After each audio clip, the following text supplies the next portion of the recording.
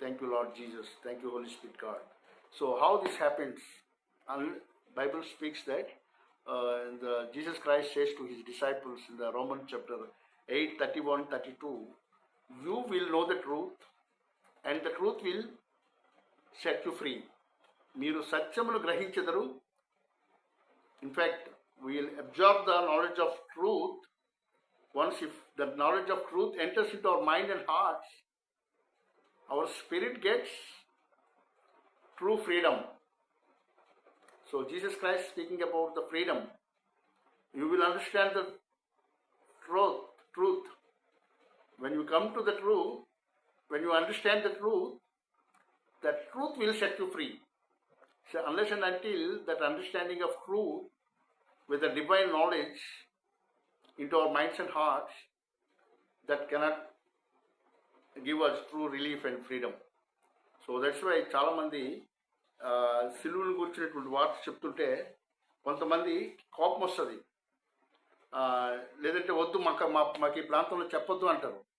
అది వాళ్ళ తప్పు కాదు. వాళ్ళు ఉన్నటువంటి మానసిక పరిస్థితి అంతా కూడా ఈ వరల్డ్ అట్మాస్ఫియర్స్కి కనెక్ట్ అయి ఉంటుంది కనుక ఈ ప్రపంచంలో జరుగుతున్నటువంటి ఫిజికల్ రెలమ్ కాన్సెప్ట్స్ అన్నీ కూడా స్పిరిట్ రెలమ్స్లో ఉన్న కాన్సెప్ట్స్కి వ్యతిరేకంగా ఉంటాయి.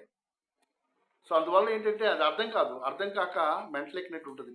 ఆ మెంటల్ ఎక్కింది కాక ఫిజికల్ రెలమ్స్లో అండర్స్టాండింగ్స్తో ఉన్న వాళ్ళందరికీ కూడా స్పిరిట్ రెలంలో మాట్లాడే వాళ్ళు, స్పిరిట్ రెలమ్స్ గురించి మాట్లాడేవారు, ఆత్మ సంబంధమైనటువంటి విషయాలు మాట్లాడేటప్పుడు వాళ్ళు పిచ్చి వాళ్ళకి కనిపిస్తారు.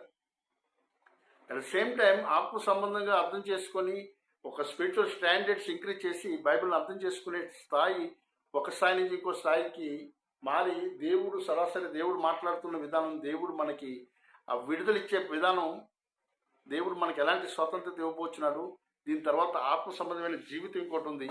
ఆ జీవితంలో ఆత్మలో జీవించడం అంటే ఏంటి అనేది తెలియజేయబడిన వారు, తెలుసుకున్నవారు, అర్థం చేసుకున్నటువంటి వారి యొక్క అండర్స్టాండింగ్ అనేది కంప్లీట్ డిఫరెంట్గా ఉంటుంది. అందువల్ల ఇక్కడ పోరాటం జరుగుతుంటుంది. ఐడియాలజీలో లాజిక్స్ మాట్లాడతారు వాళ్ళు. ఈ లాజిక్స్కి అతీతంగా బియాండ్ ఇమాజినేషన్స్ గాడ్స్ కార్యాలన్నీ ఉంటాయి. సో మనకున్న ఇమాజినేషన్ ఏంటి? ఇక్కడ ఒక వస్తువు ఉంది, ఈ వస్తువుని పైనుంచి విడిచిపెడితే కిందకి వెళ్ళిపడుతుంది. ఇది మనకున్నటువంటి imagination. Thank you Lord Jesus. శ్రీ మలందర.